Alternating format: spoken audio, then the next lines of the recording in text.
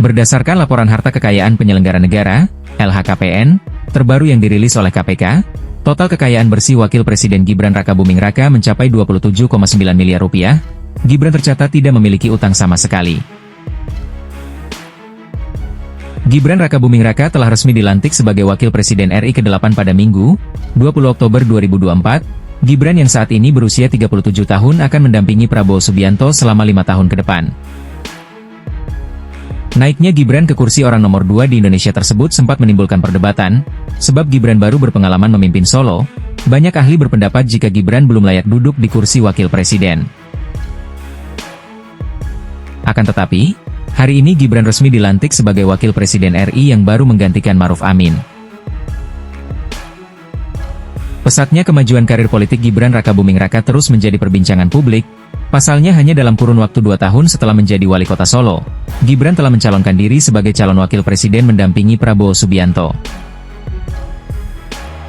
Banyak yang mempertanyakan alasan Gibran terburu-buru mengincar istana wakil presiden, bahkan beberapa ada yang mengungkit masalah gaji, di mana penghasilan seorang RI2 tentu jauh di atas wali kota.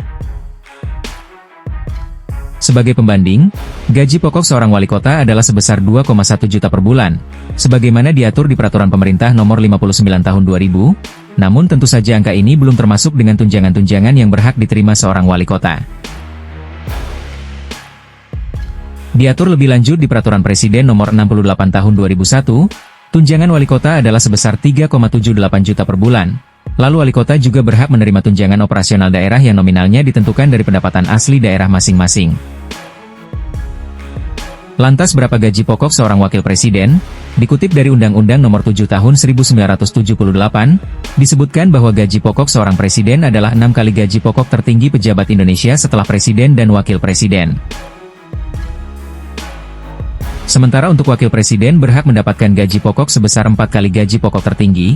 Pejabat tertinggi setelah presiden dan wakil presiden adalah MPR, di mana gaji pokok sang ketua adalah sebesar Rp5.040.000 per bulan.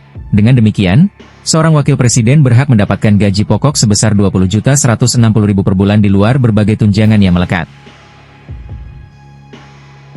Wakil Presiden berhak menerima tunjangan sesuai keputusan Presiden Nomor 68 Tahun 2001 dengan besaran Rp22 juta per bulan.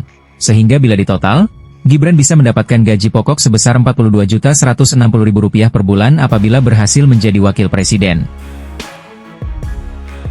Namun angka ini pun masih di luar biaya operasional yang merupakan hak penunjang pelaksana pejabat negara, seperti mendapatkan fasilitas seperti biaya rumah tangga, biaya perawatan kesehatan, hingga tunjangan hari raya, THR.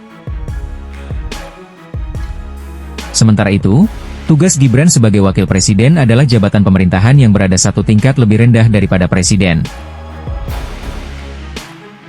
Di Indonesia dan negara Amerika Latin, wakil presiden dipilih langsung oleh warga negara dan menjadi satu paket dengan presiden. Wakil presiden di Indonesia, sebagai simbol resmi negara Indonesia di dunia yang kualitas tindakannya sama dengan kualitas tindakan seorang presiden sebagai kepala negara. Sistem ketatanegaraan Negara Republik Indonesia berdasarkan UUD 1945 mengatur tentang kedudukan dan tugas presiden dan wakil presiden berturut-turut dalam. Kedudukan seorang wakil presiden tidak dapat dipisahkan dengan presiden sebagai satu kesatuan pasangan jabatan yang dipilih secara langsung melalui pemilihan umum. Kedudukan wakil presiden jauh lebih tinggi dan penting dari jabatan menteri. Dalam buku susunan pembagian kekuasaan menurut sistem UUD 1945, 1978, karya Moh Kusnardi, secara global tugas wakil presiden sebagai berikut, membantu presiden dalam melakukan kewajibannya. 1. Menggantikan presiden sampai habis waktunya jika presiden meninggal dunia, berhenti atau tidak dapat melakukan kewajibannya dalam masa jabatan yang telah ditentukan. 2. Memperhatikan secara khusus, menampung masalah yang perlu penanganan menyangkut bidang tugas kesejahteraan rakyat. 3. Melakukan pengawasan operasional pembangunan, dengan bantuan departemen, lembaga non-departemen, dalam hal ini Inspektur Jenderal dari departemen yang bersangkutan atau Deputi Pengawasan dari lembaga non-departemen yang bersangkutan.